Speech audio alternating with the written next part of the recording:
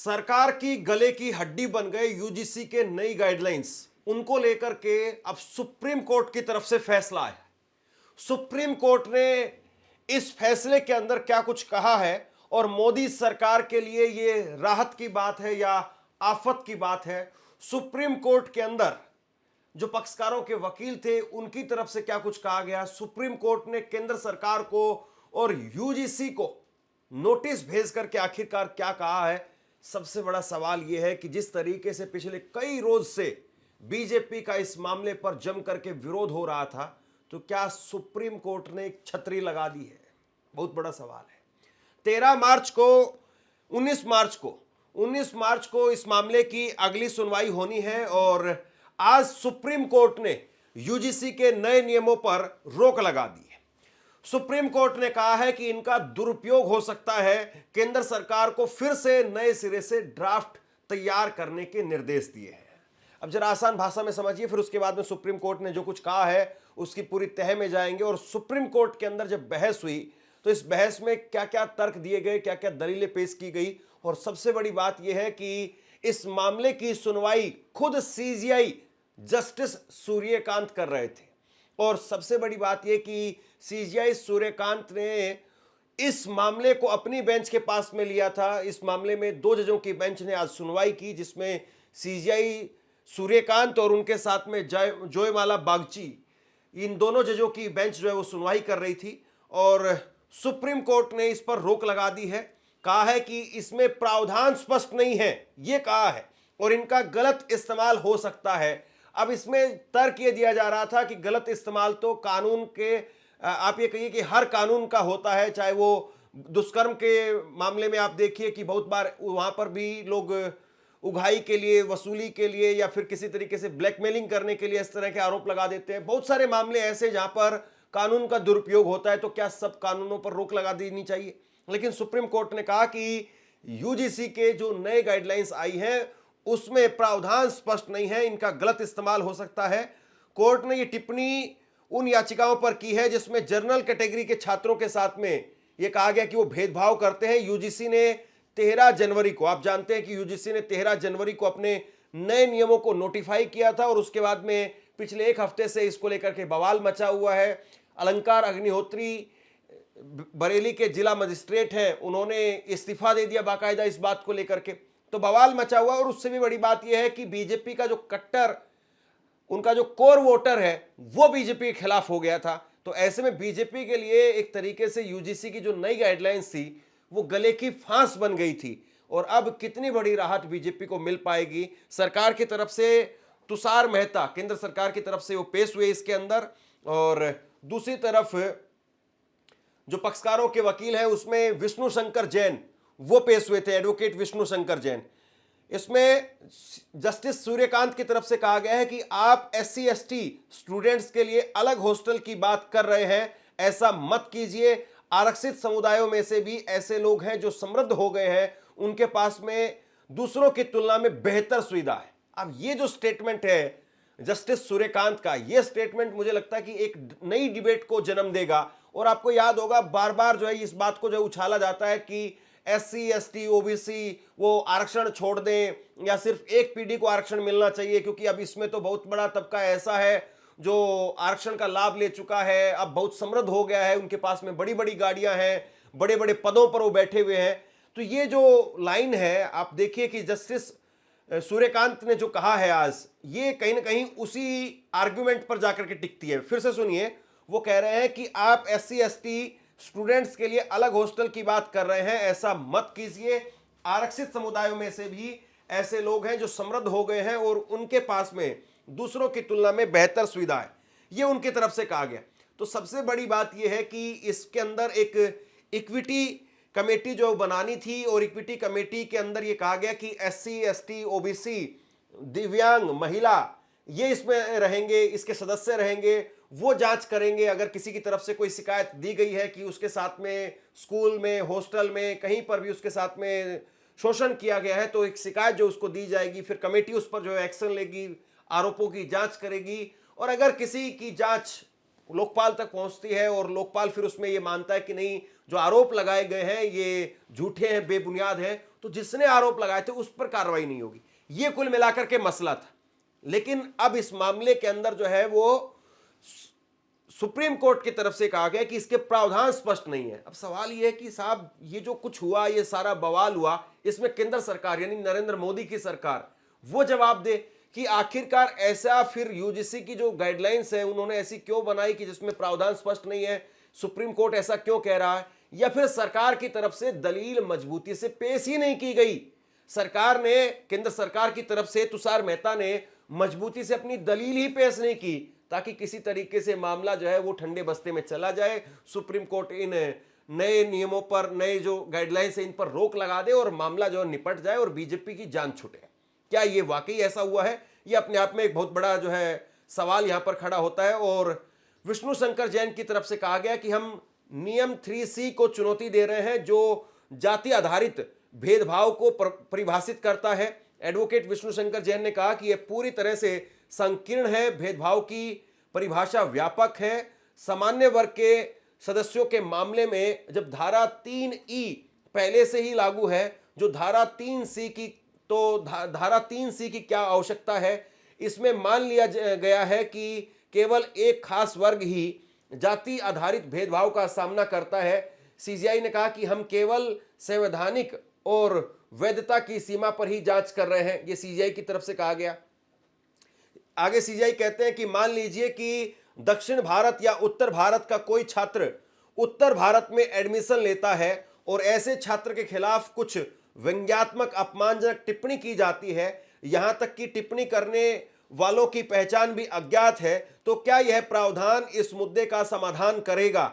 एक अन्य एडवोकेट ने कहा कि रैगिंग भी एक मुद्दा है। जब मैं नया स्टूडेंट हूं तो मेरी शक्ल सूरत से पता चल जाएगा कि मैं नया हूं। अगर मैं विरोध करता हूं और शिकायत करने की हिम्मत करता हूं तो मुझ पर क्रॉस केस चलाया जाएगा, ये उनकी तरफ से कहा गया। आरोप जाति आधारित भेदभाव का होगा। सीजीआई ने कहा कि क्या इस नए नियम के तहत आपकी रैगिंग की शिकायत पर विचार किया जाएगा? तो वकीलों की तरफ से कहा गया कि उन्होंने रैगिंग की परिभाषा तक नहीं दी है। इस नए छात्र को जेल जाना पड़ेगा। कॉलेज के पहले ही महीने में इस नियम में रैगिंग की परिभाषा क्यों हटी है? यह सिर्फ जातिगत मुद्दों को ही संबोधित करता है। सीजीआई की तरफ से कहा गया कि आरक्षित समुदाय में भी कुछ लोग समृद्ध हो गए हैं। कुछ समुदाय दूसरों की तुलना में बेहतर सुविधाओं का आनंद ले रहे हैं। आगे सीजीआई कहते हैं कि मान लीजिए कि अनुसूचित जाति के किसी छात्र ने दूसरे के छात्र के खिलाफ अपमानजनक भाषा का प्रयोग किया है, तो क्या कोई उपाय है इसका? फिर वकीलों की तरफ से कहा गया कि इस पूरे नियम को रद्द किया जाना चाहिए। हम बेहतर ड्राफ्ट का सुझाव दे सकते हैं। सीजीआई ने कहा कि यह एक संवैधानिक मुद्दा है। आज हम कोई आदेश पारित नहीं करना चाहते हैं। एक कमेटी गठित की जानी चाहिए जिसमें 2-3 ऐसे एक्सपर्ट हों जो सामाजिक मूल्यों और समाज की समस्याओं को समझते हों।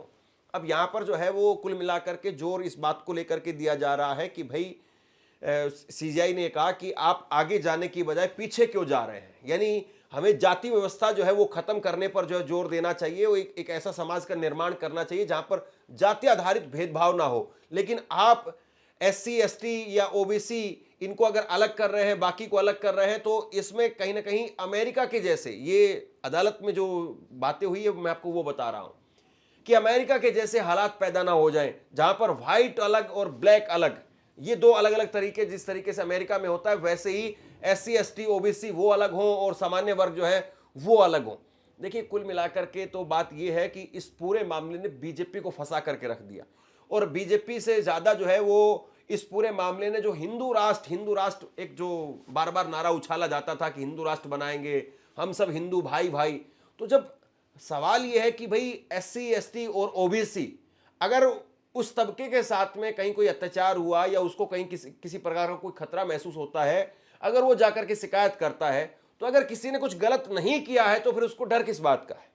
यहां पर सवाल ये खड़ा हो रहा है।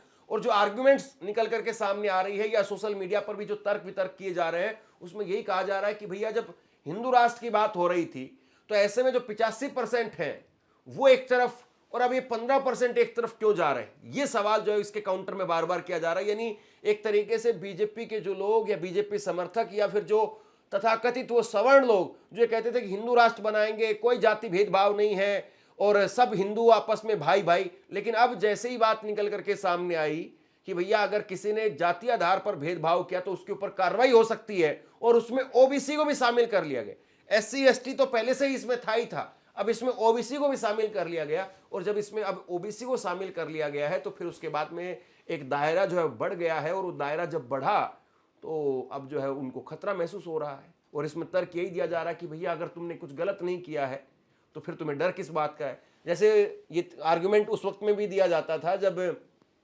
सीएनआरसी को लेकर के प्रोटेस्ट चल रहे थे कि भैया जिसके पास में कागज है, जो भारत का नागरिक है, उसको डरने की कोई जरूरत नहीं है, वो कागज दिखा देगा और कागज दिखाने के बाद में उसको भारत से बाहर नहीं निकाला जाएगा। अब यहां पर भी वही बात कही जा रही कि भैया किसी ने अगर शोषण किया है तो उसको खतरा है, जिसने शोषण नहीं किया है उसको खतरा नहीं है और वो आराम से रह सकता है। लेकिन अब मामला कुल मिलाकर के ये है कि घूम गया है, और अब सुप्रीम कोर्ट ने अब इस पर यूजीसी की जो नई गाइडलाइंस थी इस पर रोक लगा दी है। और अब 2012 के अंदर जो कांग्रेस की सरकार के समय पर यूजीसी की जो गाइडलाइंस उस वक्त में आई थी वही गाइडलाइंस अभी जारी रहेंगी। नई गाइडलाइंस पर रोक लगा दी गई है और सुप्रीम कोर्ट अब इस पर 19 मार्च को अगली सुनवाई करेगा, और अगली सुनवाई में स्पष्ट हो पाएगा कि भैया ये जो अभी नई गाइडलाइंस है इनको रखा जाए या इनमें फेरबदल किया जाए या इनको पूरी तरह से रद्द किया जाए। हालांकि ये भी कहा गया है कि एक नई कमेटी जो बनाई जाए और इस नई कमेटी के अंदर कुछ शिक्षाविद उनको रखा जाए, प्रोफेसर्स को रखा जाए, समाजशास्त्रियों को रखा जाए, समाज के दूसरे वर्गों के प्रतिनिधि उनको भी इसमें शामिल किया जाए, और ये सारे सदस्य मिलकर के यूजीसी की गाइडलाइन की भाषा को जो है स्पष्ट बनाएंगे ताकि इसका दुरुपयोग ना हो सके। और सुप्रीम कोर्ट ने आज गुरुवार को सुनवाई में कहा कि पीड़ित को बिना किसी उपाय के नहीं छोड़ा जाना चाहिए। मामले की सुनवाई के दौरान सीजीआई ने इस बिंदु पर अपनी टिप्पणी की है। उन्होंने कहा कि माफ कीजिए लेकिन नियम पहली नजर में अस्पष्ट है। सीजीआई कह रहे हैं कि जो सरकार की तरफ से नई गाइडलाइंस आई है वो पहली नजर में अस्पष्ट है, यानी प्रावधान स्पष्ट नहीं है, जिनका गलत इस्तेमाल हो सकता है। इस्तेमाल की गई भाषा अस्पष्ट है, इसलिए कमेटी को नए गाइडलाइन की भाषा ऐसी बनानी होगी जो निरापद है, किसी को आपत्ति नहीं हो, पीड़ित को न्याय दिलाने वाला हो। और गुरुवार को यानी आज चीफ जस्टिस सूर्यकांत, जस्टिस जयमाला बागची की बेंच ने रेगुलेशन को चुनौती देने वाली याचिकाओं पर केंद्र सरकार और यूजीसी को नोटिस जारी कर दिया।